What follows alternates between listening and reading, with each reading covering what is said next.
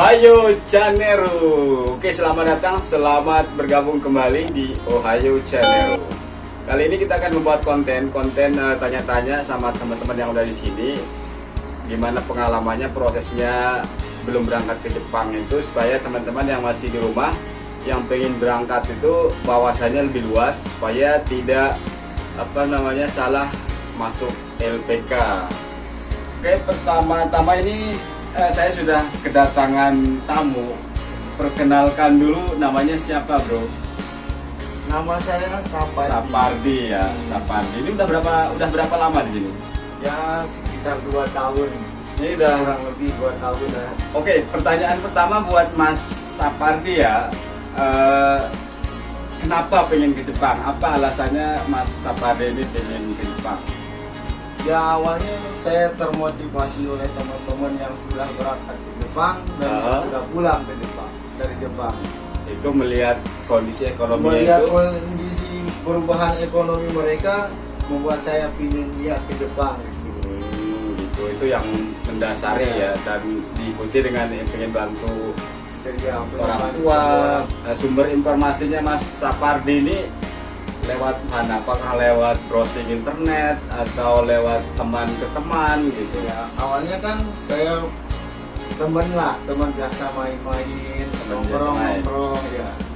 Yang ada temannya teman gitu, yang ada yang pulang dari Jepang, ya gitu saya nanya-nanya. Dia baru pulang dari Jepang, saya nanya-nanya, ternyata dia kasih informasi ada LPK yang bagus. Berarti langsung masuk ke situ. Masuk ke situ, saya coba. Nah, alhamdulillahnya langsung di situ nyampe ke sana, LPK-nya langsung ada mensetsu. Langsung ada mensetsu. Iya, ada langsung mensetsu wawancara gitu. Nah, itu sebelum masuk ke LPK tersebut, apakah pernah masuk ke LPK lain atau langsung ke LPK itu? Nggak pernah, saya langsung ke LPK itu. Langsung ke LPK itu ya. Berarti itu pas wawancaranya itu belum belajar. Iya, belum bisa belum belajar. Kan pakai translator. Oh iya ya, berarti ini teman-teman ya, ini rekomendasi dari temennya Mas Sapardi ini. Itu makanya saya bilang kalau misalkan udah di sini tetap semangat, tunjukin gambari Mas kalian, tunjukin disiplin kalian supaya ada teman kalian yang mau berangkat itu bisa direkomendasikan ke pabrik tersebut. Nah, ini Mas Sapardi ini termasuk orang yang beruntung direkomendasiin sama temennya gitu. Sekalipun dia belum bisa bahasa, dia langsung dipanggil untuk interview, langsung keterima gitu ya. Iya. Nah, itu Ya, seperti prosesnya itu setelah interview langsung keterima ya sama user Jepang ya. Iya, langsung. Itu Langsung diterima. setelah itu berarti baru belajar dulu bahasa. Pendidikan selama 3 bulan. 3 bulan pendidikan. Terus selama pendidikan itu belajar bahasa, disiplin, semua diajarin di sana ya. Iya, diajari di sana. Itu setelah pendidikan itu berapa lama baru bisa berangkat ke Jepang? Saya pendidikan selama 3 bulan. Ah, Nah, setelah pendidikan selesai, saya disuruh nunggu 1 bulan, langsung berangkat ke Jepang. langsung berangkat. Iya. Oke, berarti setelah lulus wawancara terus ikut pendidikan selama 3 bulan ya. Habis itu langsung berangkat. Ini termasuk orang yang sangat beruntung ya teman-teman. Soalnya yang saya bilang tadi itu rekomendasi dari temannya yang udah pernah kerja di pabrik tersebut. Jadi lebih gampang prosesnya. Oke, untuk setelah nyampe Jepang nih, kesan pertama itu yang dirasakan apa? Jepang itu seperti apa gitu? Bingung. Kesan pas pertama nyampe ke Jepang, kita kan tidak tahu cara naik bis gimana, Oh ya. gitu. Naik kereta gimana, kita Oke. Bingung. Nah, pertama nyampe ke Jepang, wah ini Jepang kok kayak gini ya. Bingung. Saya mau ongkos bisnya langsung kasih uang ke supir bisnya. Itu ada lucu-lucu. Oh iya. Saya ditegur, saya kagak ngerti bahasa Jepangnya. Oke. Terus Ternyata itu kita harus pakai membayarnya di mesin. di mesin ya. Iya. Oke, itu yang saya bikin tutorial kemarin ya teman-teman, cara naik bis dan kereta di Jepang itu ada Makanya saya bilang itu banyak sekali kasus-kasus lucu yang saya pernah dengar gitu ya, dari naik bisnya itu cara ongkos dan ngambil tiketnya itu banyak yang salah. Nah untuk suasana kondisi Jepang itu apa? Kesan pertama itu bersih ya, bersih, sampah-sampah yang pokoknya nggak kayak di Indo lah. Ini kesan pertama. Terus setelah nyampe sini itu langsung kerja di pabrik atau di karantina dulu, atau misalkan langsung ke Apato? Itu kita Gimana? harus pendidikan 1 bulan lagi di namanya di center. Satu bulan di training center ya. Ya. Setelah 1 bulan pendidikan di training center, baru diantar ke Pabrik. Ke pabrik. itu langsung kerja atau nunggu dulu di Harus apartemen? nunggu sehari, disuruh lihat-lihat pekerjaan kayak gimana. Oh berarti dari training center itu langsung diantar ke pabrik, lihat dulu kondisi pabrik, cara kerja seperti apa, terus dianterin ke apartemen gitu ya. Iya, Apartemen istirahat sehari, besoknya langsung mulai kerja ya. langsung kerja. Oke, ini saya mau nanya nih Mas Sapardi, karena banyak teman-teman yang dikiranya kerja di Jepang itu enak, gajinya besar. Itu emang kesan pertamanya itu Jepang seperti itu. Oke, untuk pertanyaan selanjutnya nih, kesan pengalaman selama di pabrik, mulai dari baru masuk ke pabrik tersebut itu seperti apa? Ya pertama masuk ya disuruh kerja, diajarin kita sama senpai. Senior ya, Ya, senior itu senpai. Terus Kan kita baru datang di pabrik itu tidak langsung bisa kerja gitu. Diajarin ya pelan-pelan, harus teliti. Tapi lama kelamaan sebulan, 2 bulan, 3 bulan udah terbiasa, kita akan tahu gimana caranya itu untuk kerjain barang. itu di pabriknya Mas Sapardi itu termasuk pabrik yang ketat, cerewet atau gimana? Soalnya kan banyak teman-teman yang dapat pabriknya itu kerjanya itu harus cepat, nggak bisa ninggalin mesin atau nggak bisa ke WC sebelum jam istirahat, itu banyak sekali. Soalnya cara kerjanya ada yang estafet, ada yang pakai conveyor, yang harus orangnya itu nggak bisa orangnya itu harus di situ gitu sampai jam istirahat. Ya kebetulan pabrik saya ya lumayan bebas. Ya kerja cepet ya harus cepet. Tapi kalau kita mau ke toilet ya terserah ke toilet. Tapi barangnya itu harus jangan sampai telat pengirimannya. Oh gitu. Berarti nggak terlalu ketat ya. Maksudnya bisa meninggalkan mesin kalau sekedar ke WC itu bisa ya. Bisa. Ada target perharinya nggak kerja, misalkan harus sekian piece, 100 piece sehari gitu, ada nggak di pabrik? Itu kalau di perusahaan saya itu tergantung di IoT-nya. Schedule. Ya schedule mau pengirimannya berapa itu. Oke, berarti tergantung schedule-nya ya. Ya itu barang yang mau dikirim besok itu harus disiapkan dari sekarang. Berarti kalau misalnya hari itu nggak selesai, itu dikejar dengan lembur ya? Ya dikejar dengan sampai lembur, selesai. Sampai selesai. Pernah berarti misalkan targetnya itu nggak selesai jam 7, disuruh kerja sampai jam 8, jam 9 itu pernah? Saya pernah disuruh sampai jam setengah 10. Itu teman-teman, disiplinnya orang Jepang itu seperti itu. Kalau misalnya nggak target, karena permintaan customer itu harus dipenuhi, jadi mau nggak mau orang-orang teman-teman yang magang itu harus disuruh lembur sampai targetnya itu kelar gitu ya. Nah untuk teman-teman di pabrik orang Jepangnya itu ya gimana? Orangnya kan beda-beda orang, beda-beda sifat lah gitu. Ada yang ramah, ada yang cuek, dan ada juga yang galak gitu. Oh itu ya mungkin di mana-mana sama ya. Di mana-mana sama. Ada yang keras juga ada gitu ya. Namanya sifat manusia itu ya beda-beda gitu.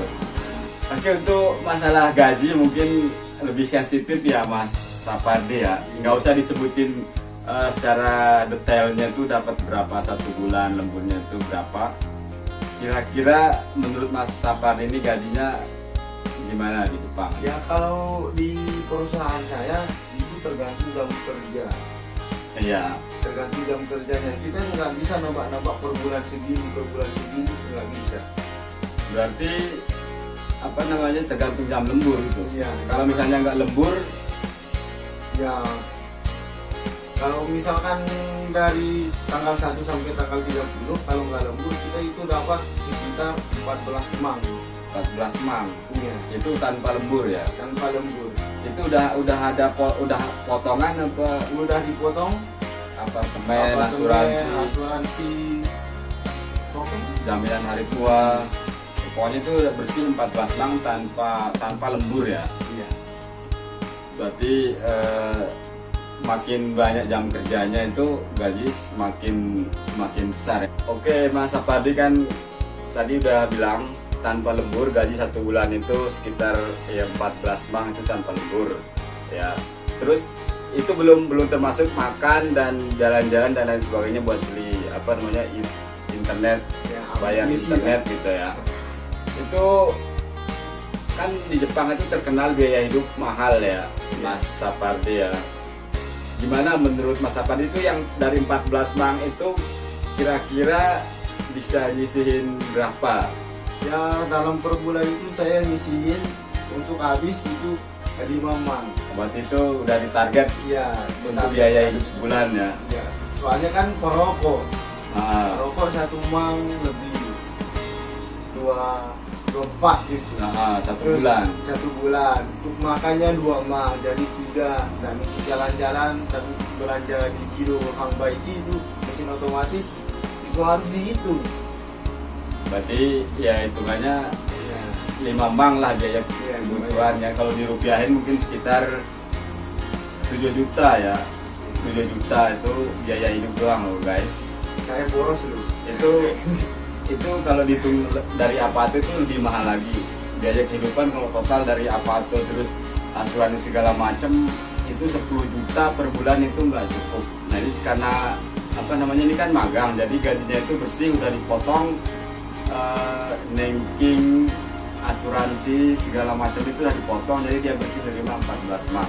Oke, pertanyaan selanjutnya buat Mas Sapardi, selama di Jepang itu suka dukanya itu apa?